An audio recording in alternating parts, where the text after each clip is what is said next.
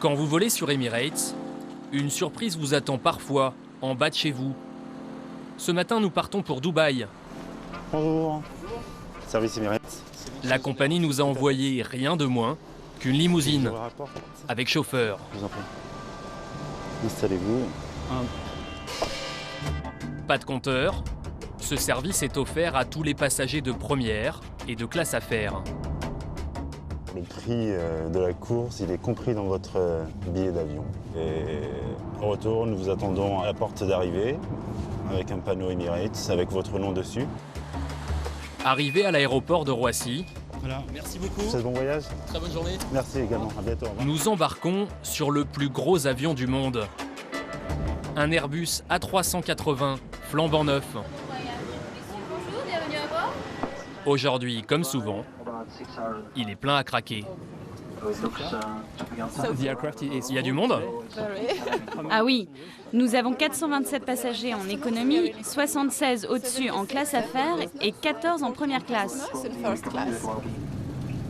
Bienvenue dans le monde du voyage grand format, version Emirates. En classe économique, système vidéo dernier cri, 1400 chaînes de divertissement et hôtesse aux petits soins.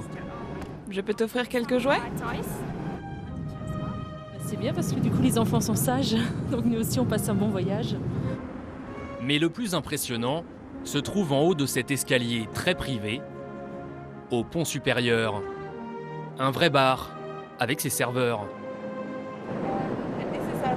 Ici, notre charmant bar à cocktail. Nos passagers de classe affaires et de première classe peuvent venir quand ils veulent. On peut leur servir un apéritif, ou un verre de vin, ou bien encore une coupe de champagne. Petit four et canapé. On oublie qu'on est dans un avion. Je suis dans un salon de thé et je suis plus dans un avion. Du grand confort, à des prix très attractifs. Un aller-retour Inde avec la France en classe affaires, je pense que vous en avez pour 4 500 €. Avec Emirates, vous êtes à 2003, 2002. Pour les mêmes conditions de service, pour plus de services sur Emirates. Car ça, c'était juste la mise en bouche. Quand on passe à table, en première classe, service, digne d'un palace. Je peux vous proposer un peu plus de Dom Pérignon? Avec plaisir. Pour ce chef d'entreprise suédois et sa femme, les vacances à Dubaï commencent bien. Du champagne avec le caviar. Après, ce sera du Bourgogne avec l'agneau. J'avais jamais vu ça. Du caviar à volonté. 3 choix d'entrée et de salade, 5 plats principaux, le tout arrosé de grands crus. Et après ce bon repas, rien de mieux qu'une bonne sieste sur un vrai lit. Et on leur demande s'ils veulent une camomille ou un chocolat chaud ou une boisson avant de s'endormir. Mais le must, plus encore que le caviar, le lit et le bar, c'est peut-être cette salle de bain. Il y en a 2 à bord. Vous trouverez le sèche-cheveux ici. Une douche à 10 000 mètres d'altitude. Vous savez. Je laisse fermer. Un service unique au monde. Les businessmen adorent parce qu'ils arrivent très frais.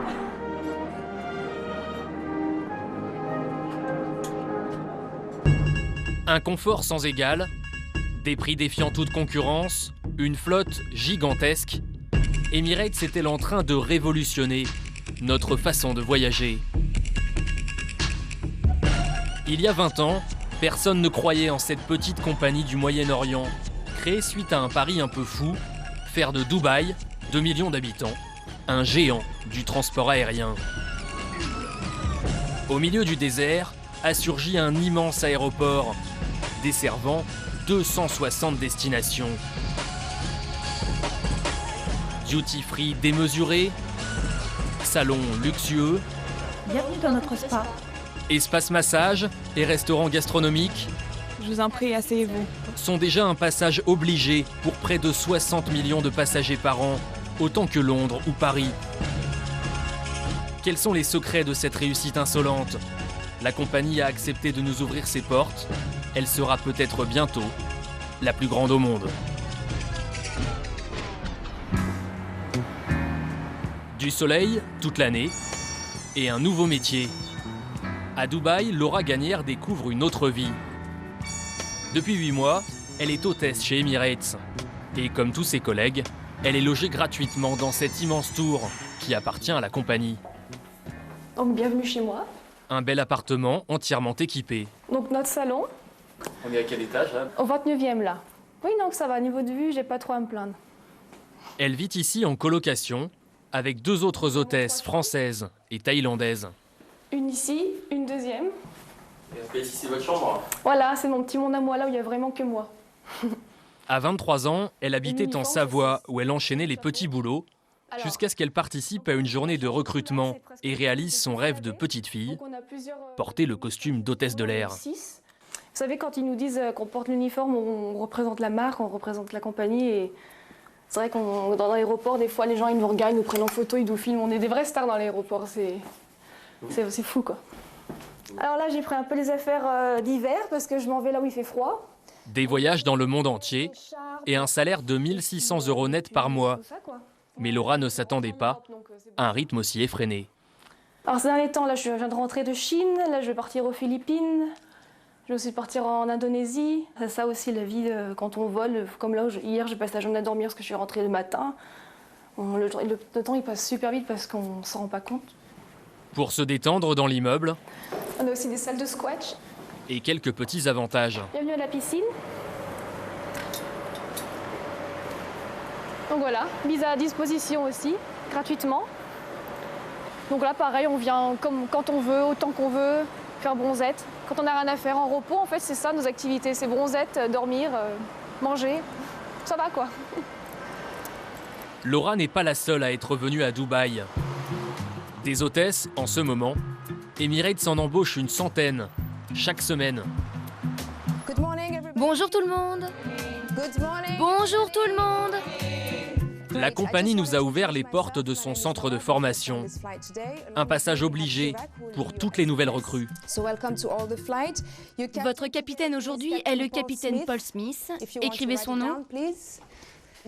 Aujourd'hui, ils sont très excités. On va à Sydney. Un départ pour Sydney, mais en simulateur. Une cabine d'Airbus plus vraie que nature pour leur examen final. Stéphania, quand un passager embarque, quels sont les 3 points à vérifier? Sur la carte d'embarquement, le numéro de vol, la destination et la date. Très bien, excellent. Contrôle de sécurité, plus que 2 minutes avant l'embarquement. Une formation à la chaîne qui dure 7 semaines. 9 heures de cours chaque jour et des listes entières de procédures à apprendre par cœur. À la tête de l'équipe de formation, Violette Aignonge. Sa compagnie a investi 15 millions d'euros dans ces nouveaux simulateurs ultra modernes. On y prépare les hôtesses à toutes les situations. Forte turbulence ou évacuation d'urgence.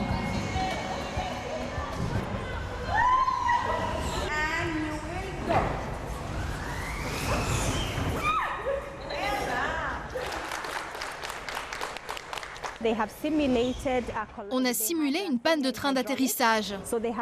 L'avion a dû se poser avec un pneu crevé. Et là maintenant, il faut évacuer tous les passagers. L'exercice suivant est digne d'un film catastrophe. Le commandant m'informe que nous allons devoir atterrir sur l'eau dans 15 minutes. Veuillez regagner vos places et attendre d'autres instructions. Double panne de moteur au-dessus de l'océan. L'appareil va devoir amérir. En jaune, les passagers. En rouge, l'équipage. Accrochez-vous! Accrochez-vous! Accrochez-vous! L'avion est en train de s'enfoncer dans l'eau. Comme l'indique, c'est faux hublot. Détachez vos ceintures. Par là, par là, par là. Ma porte est bloquée. De l'autre côté. De l'autre côté. Allez, allez, gonflez vos gilets de sauvetage. Ces hôtesses, Emirates les recrute dans le monde entier. Russes, brésiliennes ou kenyanes, une cinquantaine de nationalités, sous un seul et même uniforme. Alors, pour lisser son image, la compagnie impose aussi des cours de coiffure et de maquillage. Regardez, l'écharpe s'enroule autour de la nuque et puis tombe joliment le long de la veste. La couleur de leur rouge à lèvres, par exemple, elle doit être assortie avec celle de leur chapeau. Vous n'êtes pas un peu strict? Non, on doit être strict. On a tellement de nationalités différentes, tout doit être standardisé. La compagnie doit avoir un seul et même visage. Et ça, on en est fiers. Si Emirates a besoin d'autant de main-d'œuvre, c'est parce que ces dernières années, la compagnie a grandi à toute vitesse. Juste à côté de l'aéroport, voici son nouveau siège social. Nous avons rendez-vous avec Thierry Antinori, vice-président de la compagnie. Il est français. Il travaille pour Emirates depuis 1 an et demi. Une compagnie qui fait très attention à son image. Je peux laisser ma veste ouverte, ouais. Sa carrière, il l'a faite chez Air France, puis à la direction de Lufthansa. Mais il n'avait jamais vu une telle démesure. En Europe, je n'étais pas complètement habitué à ça. C'est-à-dire? Non, ici, c'est vraiment nouveau, c'est design, et à Dubaï, tout est très fonctionnel. Ce qu'il tient absolument à nous montrer, c'est le dernier étage. Donc vous n'êtes pas un hôtel, vous êtes toujours chez Emirates. Vous voyez, tout le monde travaille actuellement, mais à partir de 16h, il se passe ici également d'autres choses. C'est un gymnase qu'on a pour l'encadrement. Et là, vous avez donc la vue sur les pistes, donc vous pouvez continuer à surveiller les opérations. Sur les pistes, le balai quotidien des 200 avions de la compagnie. Okay. Attention, il y a une marche. Avec notamment la plus grande flotte d'A380 au monde. Alors là, c'est les deux principaux terminaux où on exploite nos avions. Le deuxième là-bas, c'est un 380, il va partir à Londres tout à l'heure. On a 32 380 et 90 en total en commande. Et on est en train de regarder si on en recommande 30 supplémentaires pour arriver à 120. 120 à 380. À ce jour, Air France en possède 8 et en a commandé 4 autres. Le tour de force d'Emirates, c'est d'avoir réussi à faire passer par Dubaï des passagers qui avant ne se seraient jamais arrêtés au milieu du désert. Vous êtes ici entre l'Europe et l'Asie, entre l'Afrique et la Chine, entre l'Inde et les États-Unis. Vous pouvez organiser beaucoup de correspondances via Dubaï parce que la manière la plus rapide d'aller de Adélaïde à Lyon, d'aller de Saïgon à Glasgow, c'est de passer par Dubaï. Comment cette compagnie peut-elle afficher des tarifs aussi compétitifs et attirer toujours plus de clients? Emirates ne veut pas trop en parler, mais à Dubaï, le climat fiscal est aussi très favorable. Pas d'impôts sur les sociétés et des taxes d'aéroport 40% moins chères qu'à Paris. Et dans ces immenses hangars, il y a encore une autre explication. Ici, tous les avions de la compagnie passent leur visite technique. Ça, c'est un A380. On vient juste de démonter le moteur pour le faire réviser. L'entretien ne coûte pas très cher. Les avions sont récents, 6 ans d'âge moyen, moins de panne, moins de consommation de carburant. Mais surtout, la main-d'œuvre aussi est très bon marché. Yann Lachlan, directeur de la maintenance, a 2000 personnes sous ses ordres. Vous avez laissé un petit défaut là. Non, je plaisante. Je plaisante. À Dubaï, pas de charge sociale, pas de salaire minimum. On a des Indiens, des Pakistanais, des Philippins, des Malaisiens. Et vous les payez combien? Ah, ça fait partie des informations qu'on ne donne pas. Mais je peux vous assurer qu'on les paye suffisamment, parce qu'on n'a aucun problème pour recruter. Nous n'aurons pas le droit de parler aux ouvriers pour le vérifier. Mais selon nos calculs, charges comprises, Emirates dépense en moyenne 40% de moins qu'Air France en frais de personnel. Et cette course à la productivité concerne aussi les hôtesses et les stewards. Clément est à Dubaï depuis 2 ans. Pour témoigner, il a voulu rester anonyme. Car selon lui, derrière le soleil et les paillettes, Emirates impose à ses salariés une pression insupportable. Je crois qu'on peut dire qu'on trime vraiment. On est quasi parfois réduit à un statut d'esclave, quoi.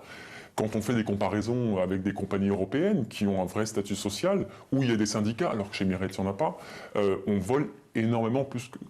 on peut aller jusqu'à 120 heures par mois, alors qu'au bout de la 75e heure, par exemple, chez Air France, c'est de leur sup, donc ce qui est évidemment très rare. Sur beaucoup de vols, je vois des hôtesses pleurer parce qu'elles craquent. Quand on travaille forcément 120 heures en vol, c'est énorme. Et à la fin du mois, on devient vite un zombie. À cela s'ajoute le sentiment d'être surveillé en permanence.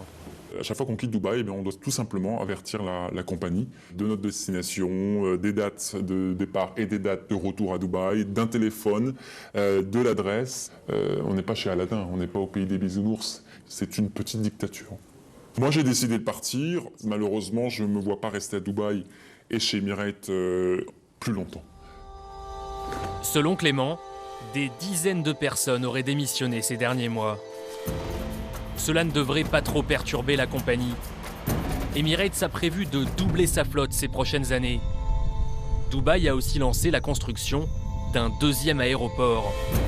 5 pistes d'atterrissage, 160 millions de passagers par an. Lors de son ouverture en 2020, ce sera le plus grand du monde.